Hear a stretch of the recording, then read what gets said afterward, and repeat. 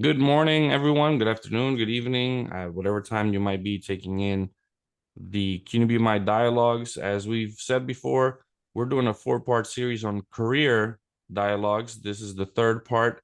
And today we have not one, not two, but three career professionals who are currently and have been working with CUNY career development, career offices, so many different names that CUNY name or has for their career offices. But these are all professionals who are supporting students in their next step into their career pursuit, into their business pursuit. So once again, we'll have Mr. Ron West lead the conversation, and we have Ms. Savi Gunn, the director of the career development offices at Queens College, my alma mater, and we have Mr. Niatu Bensi, who is, well, he has a lot of titles and a lot of acronyms in his titles, so I'm going to let him and Ron take that on. Hey, good morning, students. Good morning to my team. Good morning to Jorge and Niatu and Zavi Gun. This is the third part of our series, of our career dialogue series, sponsored by BMI, CUNY BMI. And we have been looking at the interview, how it comes about, what it is, and some critical parts of it. The interview, as we kind of dissected in the first discussion, it's a conversation. An interview in the employment context is a very strategic. It should be very engaging and should be very truthful by our students and very thoughtful. So as professionals, I think, and we all agree, we spend a lot of time with students with interviews, and students look at interviews. Well, I have to have my suit and tie on. I have to look good. I have to get there and tell me about yourself and why should I be hired. All of those kinds of things. They'll get to the second and third interview, looking good, doing well, and the offer may come. And they're focused on that piece, but the part that they're not really focused on is that little wire at the bottom is called references. And our offices have stories about how references have come into play and become very, very problematic for our students after they've gone through all of the initial drama that they see. So in today's conversation, we just want to talk briefly about, as practitioners, share some information, a couple of anecdotes, a couple of words of wisdom about references. As I tell my students all the time, there's a cliche that, well, it's not so much what you know, but who you know. But it's a third part of that is often left out. Whenever I ask that question, the heads start to scratch and the eyes start to wander. That last part that no one talks about is who knows you. And how does that happen? And when you get to that point, what are you going to say about that? So today, we're going to talk about references and how important and critical they are to the hiring process. So I'm going to let it just rip. And Niatu, and Zavi, just give us some input on, when you talk about references to students, what do you impart to them? What do you say to them? What do you have them think about? Sure. I'm happy to jump in first. So just to introduce myself to the audience, my name is Niatu Bensiential. Niatu is my first name, and I'm an associate director at the STAR Career Development Center at Baruch College. References are crucial. Students should understand that hiring is expensive and hiring is a risk. And so what employers are trying to do with reference checks is really hedge their bets and make sure that the investment that they're making you via your salary is going to return for them in terms of your ability to produce. And so reference checks are their opportunity to check if what you said during the interview is true. If the projects and the results that you said you achieved are verifiable and that you actually did in fact make those things happen, to check on your character, check on your performance, your personality, and generally just make sure what you presented as in the interview is true. This is the opportunity to speak to people who've known you in your past through work or through school to find out if you are the real deal, the genuine article, and to ensure that they're making a wise hiring decision so they don't regret it later on. Great. So I'm Savvy Gunn. I'm the director at Queens College Center for Career Engagement and Internships. And what I will mention about references is that it really needs to be someone who knows you holistically, right? So if you're using a faculty member as a reference, they should be able to talk about your academics, but who you are as well as a professional. And think of someone who could be your reference. It could be a colleague where you worked before. It could be a faculty member. It could be an advisor, a career advisor, an academic advisor, but someone who could really talk to your character. So I think it's really important that you let your reference know that you are applying to a position, and also send them a copy of your resume and a highlight of what the job title is and what some of the important skill sets are for that particular position. So when your reference is talking to the employer, they could highlight communication skills if that's relevant for the position, or they could highlight the time when you worked on a team project for work or for a class, and give them really good examples of you having that particular skill for that job that you're applying to. You know, it's been my experience that when students come into the office, there's always a certain amount of fear attached to interviewing. There's always a certain amount of fear when Mr. West or Ms. Gunn or Niatsu, I need a job. Okay, so we go out and find a match for them because we're matchmakers. You know, we want to make sure that, you know, that the student is matching the opportunities what the student wants. But the fear that somebody may find out something about me that I'm trying to hide or I'm not sure about how to speak to it. In instances like that, once a student becomes familiar with you and they start to speak in those terms, what do you tell them when they really have something that they're afraid to let be known?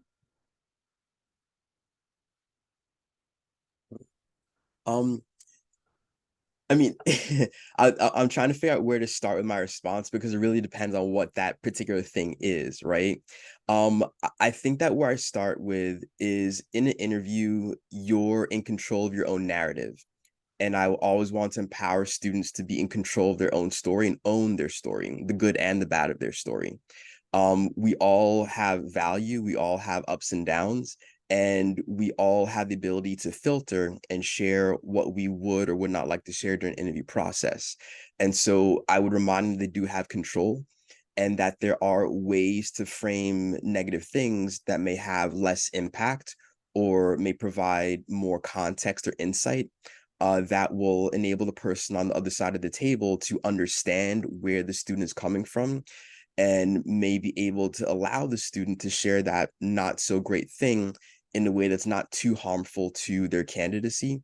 But it's about if they're able to trust in us to share what that thing is, we can help them figure out how to frame it, how to discuss it in the most dispassionate, practical way possible, and maybe even try and help them to see, are there any lessons that they can articulate from that particular experience or thing they're trying to hide that can even be a boost to their candidacy in terms of showing resilience or adaptability or problem solving skills. Is that? Yeah, what I usually tell students is that they need someone who is going to be like their champion, their mentor, right?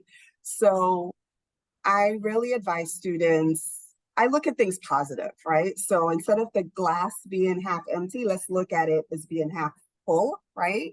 And so being able to give the student the confidence that they need.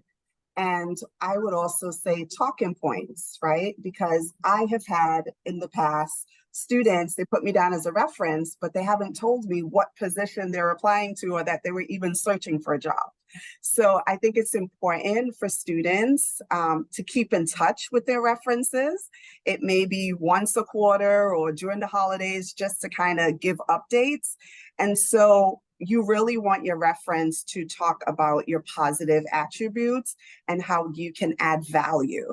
So I feel like the student has to be their own like marketer, right? And being able to say, I'm applying for this position.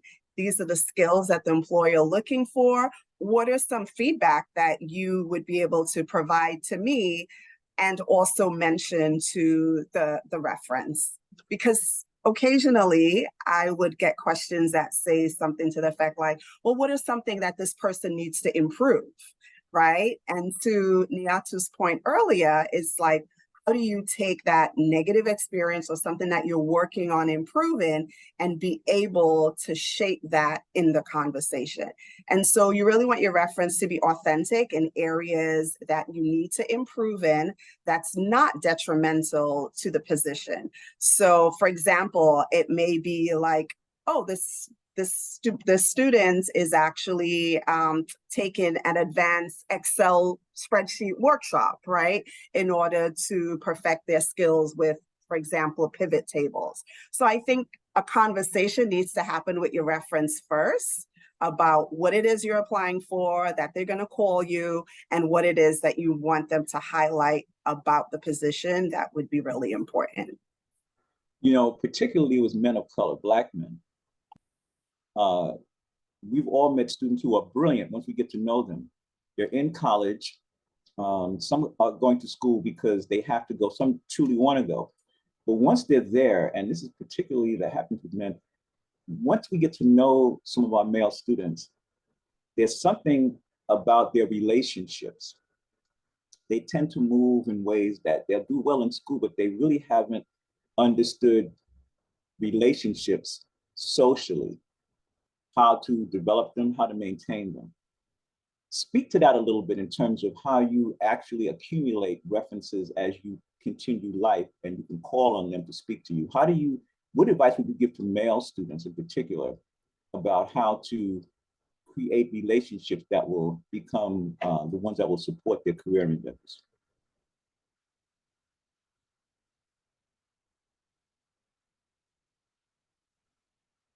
Anybody can go. You're on mute, go ahead. Okay, sure. So I think the word that came to mind first for me was intentionality. I would really want to plant the idea or plant the notion that intentionality is what drives relationship building. Whether it's, creating a relationship with someone on a sports team, whether it's a girl that you're going after, whether it's, getting to know a professor, takes intentionality when you're trying to build any sort of relationship, in life. And so when it comes to, looking to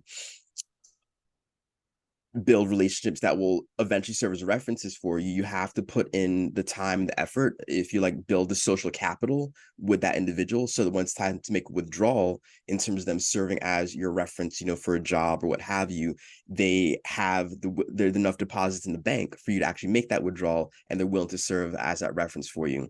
I think that you can cultivate these relationships through going to office hours, for example, with a professor, seeking that support outside of the classroom to get to know them, for them to get to know you, and showing your dedication to trying to improve your craft within whichever class you're taking at that time. It's obviously also being on point with your work and your class participation and things like that, so that you're showing up in a positive way every single time that person encounters you, so that when it's time for them to show up for you later down the line, they know that you're worthy of doing so. It's not easy to show up for someone that you have no clue or context about. And so it's crucial that you show who you are, show your consistency, and show your investment in building a relationship that will ultimately pay the dividends down the line to have them support you. And asking for advice. As a student, I mean, for me as a professional, there are a lot of things I don't know. There are paths I haven't been down, there are experiences I haven't had. And so asking for advice, following that advice, and then getting back to the person who gave you that advice, say, hey, I did what you said. This is how it's turned out. I'm now at this new stage. What should I do next between decision A, decision B? That's a way to really keep someone engaged across your journey, for them to see your journey, participate in it fully, and be able to tell really concrete and tangible stories about your growth and development over time. But it's, again, through intention, through communication, and through keeping contact. Okay. Yep, I agree. You really need to have that authentic relationship with someone to really serve as your reference and just keeping in touch. With technology nowadays, it's so easy to keep in touch just on LinkedIn, right? So maybe connecting with them on LinkedIn, following what group they're on LinkedIn is a really good way just to keep connected with your reference. And so I think that constant connection, even though it, like I said earlier, it might be quarterly, it's just that you are present in their life and being able to connect in a very authentic and genuine way. I've had folks who have asked me to be referenced for federal jobs, and that background check could take like several months. And when you're going through a background check for federal jobs, they ask that reference person if they know someone else that you know that they can also talk to. So it's really important to have that genuine relationship and really be authentic, so that when someone is recommending you for a position, it's also their reputation, right? Like if I recommend you for a position, that's my reputation as well. So I think it's important to just maintain that authentic relationship, so that your reference would speak very well of you and really applaud your contributions that you can make to the company. You know, Just to jump in, Ron, just one more. I want to go back no, to the come on. point about office hours. Just for our students to understand the importance of attending office hours with professors. So when you get your syllabus at the beginning of the semester, many professors will list when their office hours are available. Office hours are simply time outside of the dedicated classroom time when you meet with the entire class that the professor makes himself available for walk-ins for questions. And so this is a time that you can go in to seek extra help, to seek clarity on assignment, to discuss something in class that you maybe found confusing, or you had different thoughts you want to share even further and explore more. It's really a time that the professor sets aside to allow students to get to know them better, and also to be able to have greater opportunities to succeed within the class. And so we'd highly encourage you to take advantage of office hours, because by having more relationship with the professor, that builds your social capital. It maybe builds the benefit of the doubt, or that little bit of a buffer if things are a bit challenging for you, to have that little bit of grace to whether it's coming to assignments or with grading or things like that. And not say this is them going to give you special treatment. I want to be very clear about that. But through relationship, people get to know you and understand where you're coming from better, and it gives you a better chance to succeed within that professor's class, because you're showing them outside the classroom you're really serious about your studies, and you're serious about getting to getting what you need in order to be successful within their class. And it speaks volumes through who you are as a person and as a scholar. As we meet students for the first time, and we're going into our career development relationship with them. We're going to be with them for a year or two, maybe 3 years as we proceed. Interview, oh my God, the interview is just so dramatic. At what point do you introduce references and the whole discussion about career development, and the whole discussion that you start to have with them and your relationship with them as you're bringing them along? When do you introduce how important it is to have references in this whole process? At what point as practitioners do you do that?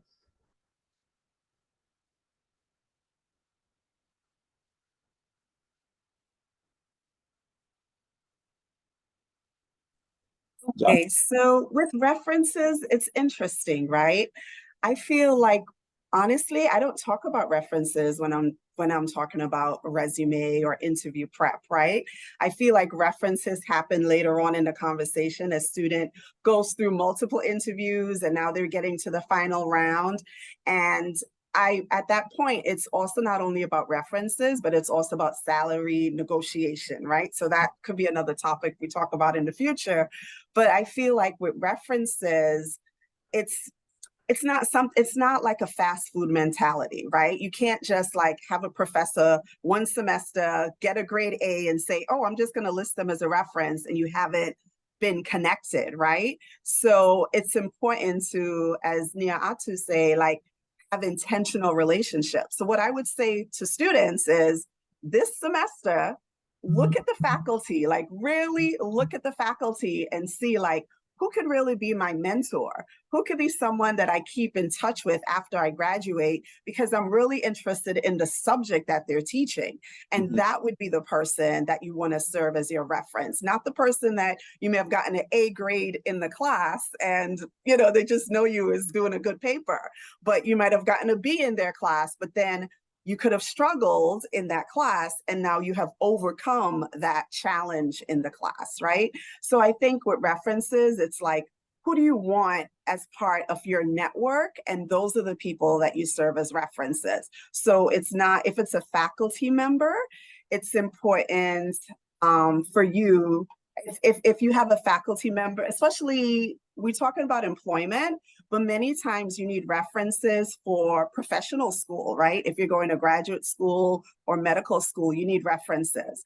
And references are really important in those areas because maybe you have done research with the faculty. You have volunteered to help the faculty do research in their labs, right? So think of it as like a relationship, and that's really important in seeing like who is part of your network that you could really use as your reference. Right, but now also for students now, they're coming into us and we're kind of like we're laying out the program. They're relying upon us to give them the menu. References can become the undoing of a lot of our work. When we wait, when we as practitioners, we know what this is going to be, and we wait and we don't introduce at the beginning. At what point do we get them to even start to think about a reference and, you know, knowing that's going to come? Do we wait until the time comes, or do we introduce it to become part of their thinking process from the very beginning? I think in theory, I would say we're supposed to introduce it early, but in reality, I don't necessarily introduce it early because like a lot of students, they're just trying to articulate and tell their story of who they are in the interview. So what I would recommend is the reason you're in college is to develop your social network, your social capital, as Niatu, mentioned earlier. And that's really the key, right? So like when you're in college, it's about developing that professional network, and that reference should not be someone that you just connect with like once a year type of thing, right? So, and your references can also serve for other opportunities in the future, right? You might be like, when you're not in the room, the reference person should be like, oh, I know a perfect person for this particular position. They're working at another company, but at least I could just introduce you. They might know a colleague that they could potentially recommend. So with references, I also recommend, because sometimes students get shocked, right? Because we have an internship stipend application, and we usually have students like have a reference. So it might be a faculty member, and what the faculty member writes in that reference, a student might be surprised, right? So I think it's important that you can ask your reference person, hey, I would like to use you as a reference in the future. Would you be able to just draft an email or a letter of what you would say are my strong attributes? So you have an idea of what they're saying about you. In addition, I would recommend on LinkedIn, you have a recommendation, a public recommendation on LinkedIn. So you can ask some of your faculty, advisors, peers, colleagues to write references on LinkedIn. So now you can see what are they posting. And then you decide if you want to approve that for public view or not. So don't ask for a reference when you need a job or when you need a letter for opportunities. You want to establish the relationship early, so when you do need to ask, you've developed that rapport earlier rather than later. Yeah, to go. Yeah, I would add, so Zavi brought up a number of really wonderful points. A couple of things I'll add. One is that I want to demystify references as a good thing. If you're in an interview process and the employer requests references, it's usually the step right before a potential offer. And so students need to understand that that is a crucial point, And that's why references are so important, because it could be the make or break difference between you getting the job versus another candidate who might have also a finalist getting the job. And so going back to what Xavi said, it's so crucial that you have selected the right people to serve as your references and that you've prepped them. A number of things that Xavi has said has focused on preparing your references to speak on your behalf. So not only is it asking them early and getting their consent to be your reference, it's keeping them updated about your job search, the potential calls they may get, sharing job postings. Also going back to the earlier question that you asked, Ron, about any thing that's challenging your past, you can have a conversation with your references, say, hey, there are 1 or 2 things that have happened to me that I'm worried might be checked upon in my reference check. Can we talk about it so we're on the same page about what you're going to say? And so there's a lot of effort that should go into preparing your references so they can speak genuinely, enthusiastically, and very positively about you when that check comes through, because what the employer is trying to do is make sure that they are hiring the right person for the job. They may even ask your reference, hey, this is a bit of what these responsibilities are in the job we're hiring for. Is so-and-so a good fit? Can they do this job based on what you know of them? And so it's crucial. I love the word holistic. I call myself a holistic career coach. Xavi mentioned at the beginning that this person knows you quite well and can speak about you from a number of different angles. Of course, not everyone's going to have holistic knowledge of you, but as much as you can offer to them to know you well, that's what you want to try and do so they can represent you as effectively as possible when they're speaking to an employer looking to verify your performance, your titles, your past, achievements, things like that. And so again, it's both academic references, since we're speaking to you as students. You can have academic references in terms of professors and maybe people you've interacted with significantly on campus. These could be staff in different offices that you've had a lot of dealings with. In addition, never forget the people you worked with at your internships or jobs. So supervisors, colleagues, maybe people even in different departments that you work closely with. There are a large array of people who could potentially be references. You have to be strategic in picking them to ensure these people speak positively for you, because they're your representative, they're your advocate, and you want them to sing your praises as much as possible. The words that come to mind as you, the two of you are talking and feeding in so well, and we don't use the words character and integrity enough with our students in terms of what it is that we're really looking at in terms of where, as a candidate, we're looking at, an employer's looking at your character and integrity. And as matchmakers, we're hoping that students are being honest with us too, so that puts us in an advantageous position. We're talking about jobs, but I look at internships which come quicker than a job will, earlier. So now as practitioners, are you bringing your conversation a little bit more forward, because internships now are becoming so selective and so difficult to get for a variety of reasons. We're not waiting until that 4th year for that job. We're looking at internships in the junior year. So in your process of career development, how was your thinking changed as far as references for students? Instead of waiting, is it happening earlier? Yeah, I think for any opportunity, Ron, so whether it's an internship, a part-time job, a full-time job, a scholarship that you need, you really need references. So I would say as early as freshman year, you start building those relationships so that you could really have a reference. One point I want to make on what we talked about earlier is that when you're looking at, like, for example, an internship or a job description and you need a reference, it's important to look at the job posting. So for example, in CUNY, right, they ask for references up front, and some folks may just submit their resume and not pay attention to the job description and the details. So it's really important to see what the job posting is asking for. If they ask to list your references up front, then you have a separate document that has their name, their contact information, their email address, right, phone number, and of course their job title. And I would also say that there is an old-fashioned way that folks used to put on their resume, references available upon request. You don't need that on your resume anymore. You just need a separate document if the employer asks for references upfront. And within CUNY, because we're part of a city system, they want the references upfront in part of your application. So it's really important to read the information thoroughly to see at what point of the job process you need to supply them with the references. Natu? I think Savi basically covered it. As she hadn't mentioned the resume piece, I was going to jump in with that, but she's clearly got it all covered, so we can move on to the next question. Okay, so now we're going to be kind of wrapping our discussion.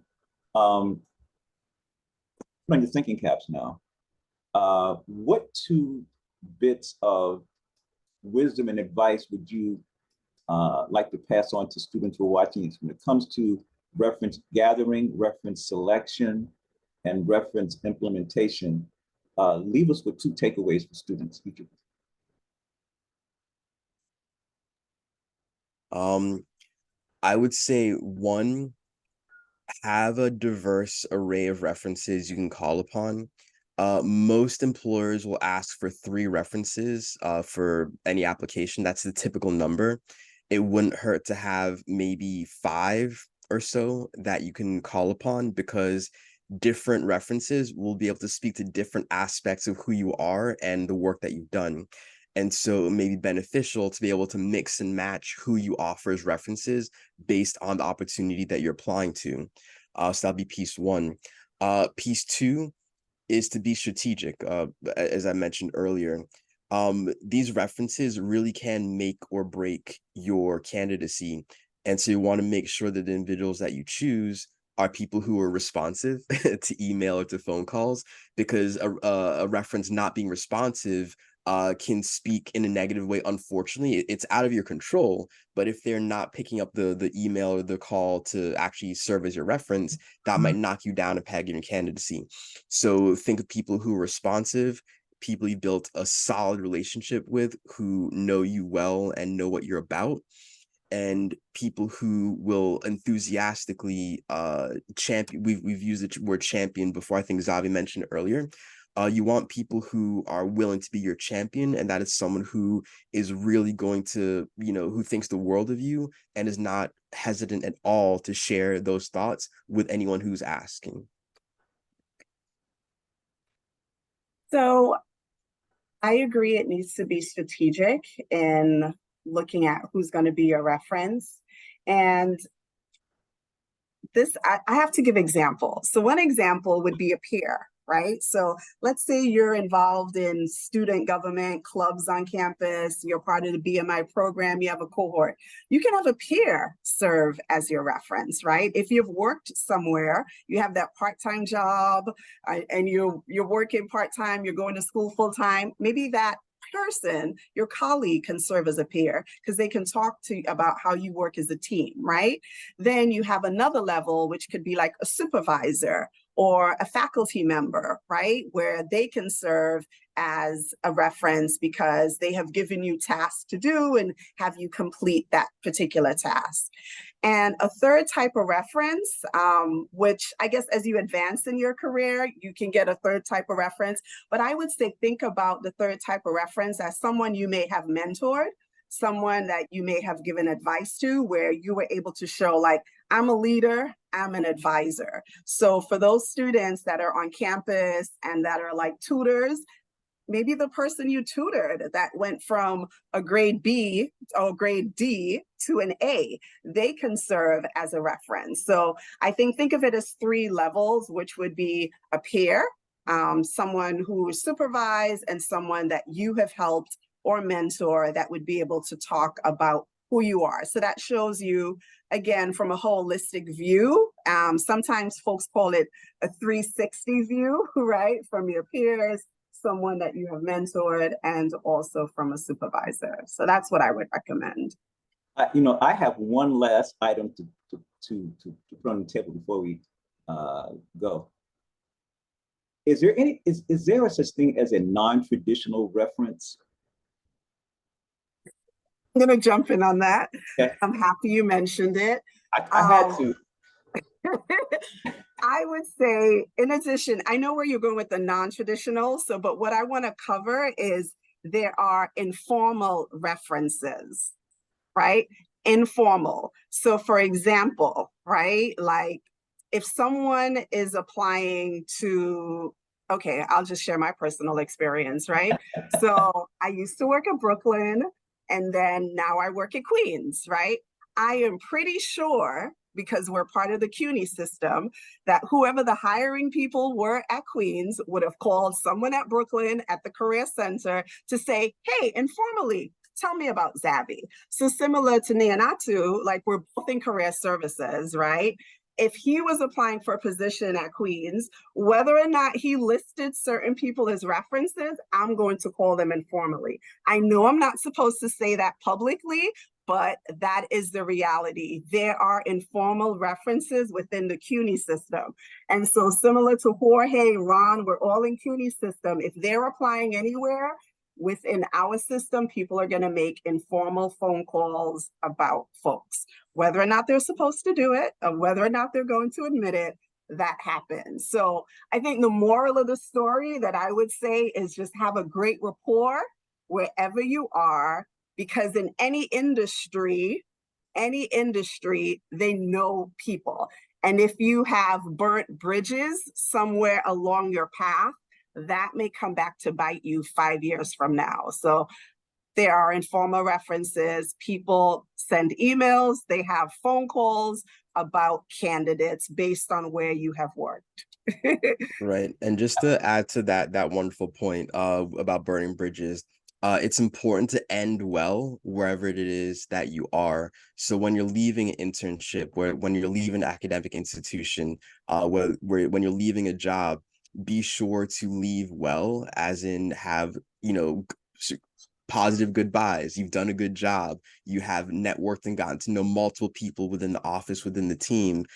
You have showed your best self across all interactions that you've had at that place, because you never know in life when people will come back around and be in a gatekeeping position. That could be the difference between you getting an opportunity or you losing an opportunity.